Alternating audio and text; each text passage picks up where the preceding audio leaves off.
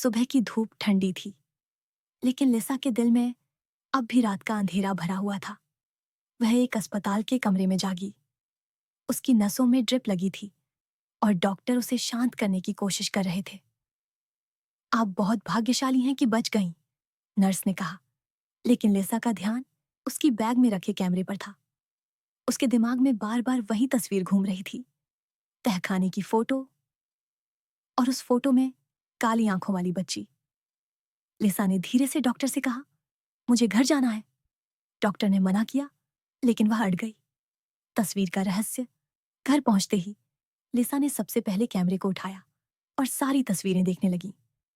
धुंधली तस्वीरों में कोई पैटर्न नहीं था, लेकिन उस एक फोटो में बच्ची साफ खड़ी थी। उसने लेंस को झूम किया। बच्ची की मुस्कान सीधी उसकी ओर थी। लेकिन अब झूम करने पर लिसा ने कुछ और नोटिस किया। बच्ची के पीछे दीवार पर खून से लिखी लाइनें थीं, वापस आओ। लिसा का खून जम गया। उसने तुरंत कैमरा बंद कर दिया, लेकिन उसी पल उसके घर की लाइटें झपकने लगीं। ट्यूबलाइट झटाक झटाक कर रही थी।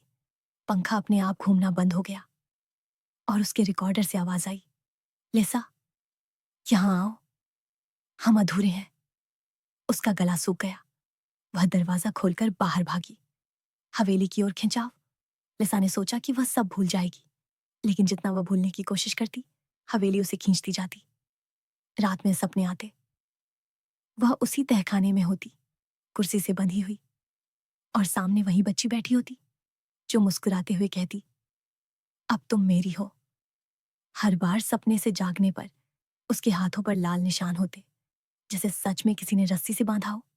3 दिन बाद लिसा हार गई। उसने कैमरा उठाया और फिर उसी रास्ते पर चल पड़ी। वापसी हवेली अब भी वहीं थी। वहीं टूटा हुआ गेट, वहीं सन्नाटा। लेकिन इस बार माहौल कुछ और था। पहले जो हवेली सुनसान लगती थी, अब उसमें हल्की हल्की रोशनी झलक रही थी, जैसे अंदर कोई रह रहा हो। लिसा कांपते हुए भीतर गई। दरवाजा अपने आप बंद हो गया। उसने रिकॉर्डर चालू किया। लिसा कैरो, दूसरी बार हॉलो क्रीक हवेली में। लेकिन इस बार रिकॉर्डर ने कुछ अजीब कैद किया। उसमें उसकी ही आवाज आई, लेकिन विकृत। लिसा कैरो, आखिरी बार हॉलो क्रीक हवेली में। पियानो की धुन हॉल के बीचों बीच वही पुराना पियानो रखा था, और जैसे ही लिसा ने कदम रखा, धुन बज उठी।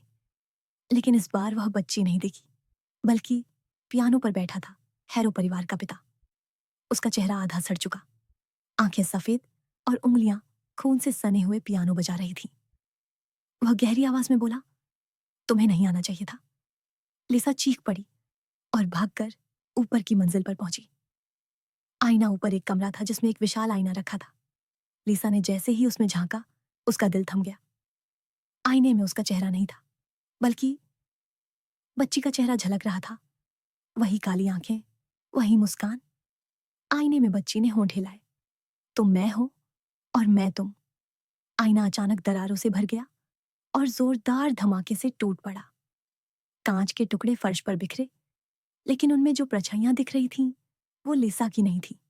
हर टुकड़े में कोई और चेहरा, डरावना, सड़ा हुआ, खाली आंखों वाला। तहखाने की पुकार। अचानक हवेली की दीवारें हिलने लगीं, फर्श पर दरारें पड़ गईं, और नीचे से वही फुसफुसाहट गूंजने लगी, तहखाने में आओ, आओ, आओ। लिसा ने खुद को रोका, लेकिन उसके पैर अपने आप तहखाने की ओर बढ़ने लगे। सीढ़ियों से नीचे उतरते हुए उसने देखा, इस बार तहखाना अलग था। अब वहां सिर्फ कुर्सी नहीं थी, बल्कि चारों ओर हैरो परिवार के साए खड़े थे। पिता, माँ और 2 बच्चे। सभी के चेहरे बिगड़े हुए, आंखें गड्ढों जैसी।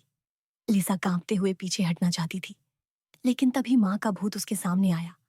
उसकी आवाज टूटी हुई थी, तुम्हें हमारा अंत पूरा करना होगा। लिसा ने रोते हुए पूछा, क्यों? मैं तुमसे जुड़ी ही नहीं हूं। लेकिन उसी वक्त दीवार पर खून से शब्द उभरे, लिसा शाहजै, लिडिया। लिसा चौंकी। लिडिया, यही तो हैरो परिवार की माँ का नाम था। क्या यह संयोग था, या फिर उसका कोई गहरा रिश्ता इस परिवार से था? खून की बूंदें। अचानक तहखाने की छत से खून टपकने लगा। हर जगह लाल बूंदें गिर रही थीं। कुर्सी अपने आप हिलने लगी। पट्टियां फड़फड़ाने लगीं, जैसे किसी को बांधने के लिए तड़प रही हों। साए सब मिलकर चिल्लाए, बैठो, बैठो, बैठो।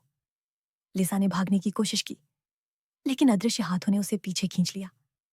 वह कुर्सी पर गिर पड़ी। पट्टियां अपने आप कस गईं। उसके मुंह से चीख निकली, बचाओ। अंतिम दृश्य उसकी आंखों के सामने। वहीं छोटी बच्ची आ गई। इस बार वह मुस्कुरा नहीं रही थी, उसकी आंखों से खून बह रहा था। उसने धीरे से कहा, अब तुम मेरी मां हो। और तभी तहखाने की बत्तियां बुझ गईं। सिर्फ चीखें गूंजती रहीं।